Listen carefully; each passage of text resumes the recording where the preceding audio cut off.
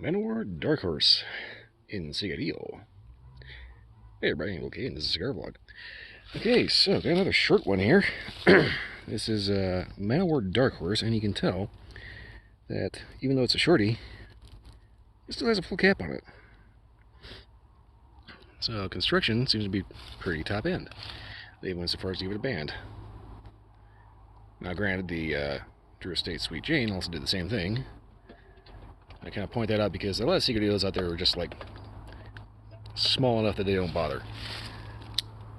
Also sometimes cheap enough. But anyway, this one is a little different. They come in little tins of about 10.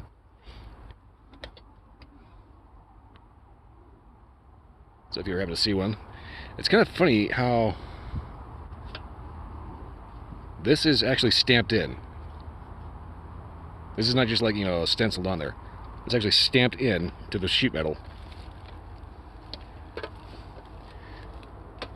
So if you hear a little extra background noise, yes, I'm rummaging through my pocket for my lighter.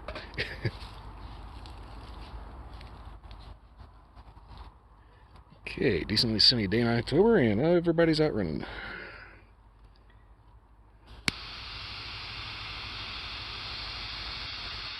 Gotta be a little careful lighting these little guys because they go quick.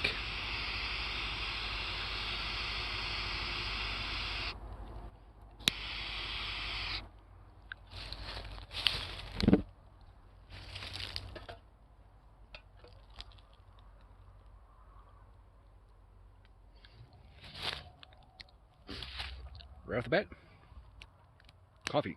Very, very big espresso hit.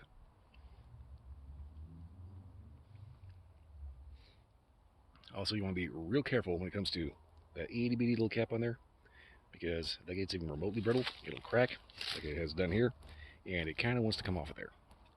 So anyway, I'm gonna get this to the, well, decent first area and get an update from there.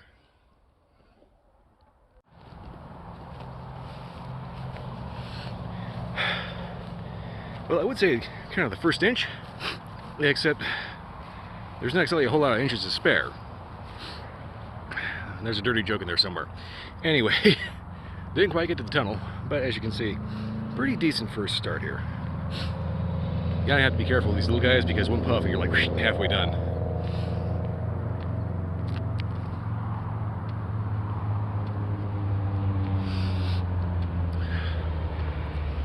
Overall, very heavy coffee. Lots of maybe touch of cocoa, little spice, clean tobacco. Pretty good so far. There's a subtle bitterness as well. It kind of acts as a decent balance, you know. Unlike the Sweet Jane, this is like an actual cigar as opposed to a weird novelty.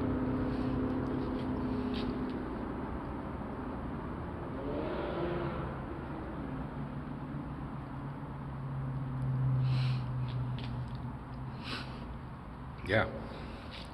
Coffee, very coffee. Coffee, espresso. Okay. Trying to keep an eye about where the halfway point should be so I know when to update. Because this band on here is a little loose, and it's going to have to come off of here. So, I'm going to go ahead and get this down to the halfway point. See if anything wakes up, changes, or if I maybe need to clear up my nose. Hope not. Anyway, back at you at the halfway point.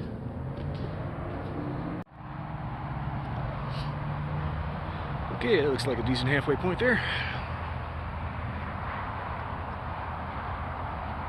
So far, overwhelming what I'm getting off of this. Coffee, a little cocoa, touch of spice, not so much sweet. Really no bitterness, actually, which is kind of nice. Overall, unlike the Sweet Jane, which should be like a novelty in a candy store. Not a kid candy store, by the way.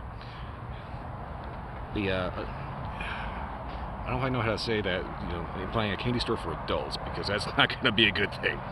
But anyway, this is something that you should probably end up sticking on the back shelf of like a coffee shop somewhere. Never fails, decently nice day, there's always somebody out walking talking to themselves. That's the thing about all the wireless technology and the earbuds and, you know, just being able to talk and have a phone call with your phone in your pocket. Just walking along, earbuds. You can't tell who's crazy anymore. You really can't. Might somebody getting into a heated argument walking down the street. You don't know if they're like talking to their inner demons or if they just have their ex on the phone. Also, as a side note, this is going to kind of date this video a little bit, but tomorrow's Halloween, 2022, and all I gotta say is, if you're the type of person to put out a jack-o'-lantern, do not buy your pumpkin at the start of the month. It's not going to look the same when you get to the actual holiday. It's really not. Pumpkins are supposed to be orange, not green. Anyway, I'm going to get this down a nub, see if anything wakes up or changes.